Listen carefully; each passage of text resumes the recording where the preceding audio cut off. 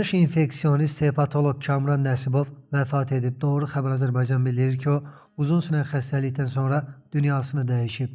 Kamran Nəsibov uzun illər müxtəlif səhiyyə müəssisələrində yoluxucu xəstəliklər üzrə həkim kimi fəaliyyət göstərib.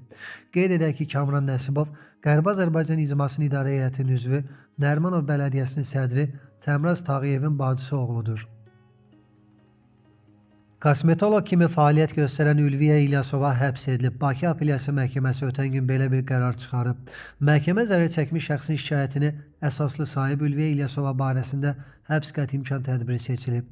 Qeyd edək ki, Ülviyə İlyasovanın tibbi təhsili, o cümlədən müvafiq lisenziyası olmadığı halda müxtəlif ünvanlarda qanunsuz liposaksiya, pis sovurma, bədən şəkilləndirmə cərrahi əməliyyatı, habelə digər cərrahi və estetik müdaxilələr etməsi nəticəsində Mila Əlibəyovanın səhhətində ağır nəticələrə səbəb olan mühüm zərər vurulmasına əsaslı şübhələr müəyyən edilib.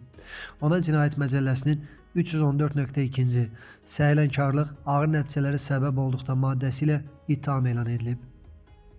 Bu Ülviyə İlyasova ilə bağlı ilk belə hadisə deyil. Belə ki, Aziya Estetik Mərkəz MMC-nin direktoru Ülviyə İlyasova Bakıda evinin mətbəxində elçisi Səbirə Vəliyevanı qanunsuz olaraq bədən şəkilləndirmə əməliyyatı edərək ölümünə səbəb olmaqda təqsirləndirilib. Bu ilin aprelində məhkəmənin hökmü ilə İlyasova 3 il müddətə səhiyyə orqanlarında xüsusi ixtisas tələb edən fəaliyyət növü ilə məşğul olmaq hüququndan məhrum edilməklə 3 il 2 ay müddətə azadlıqdan məhrum edilib. Hökmdə onun cəzasını məntəqə tipli cəzaçəkmə müəssisəsində çəkməsi bildirilib. İlyasovaya son cinayətə görə cəzasını məntəqə tipli cəzaçəkmə müəssisəsində çəkməsi şərti ilə 3 il azadlıqdan məhrum etmə cəzası verilmişdi. Sonradan Ali Məhkəmə hökmü ləğv edərək yenidən araşdırmaya göndərib.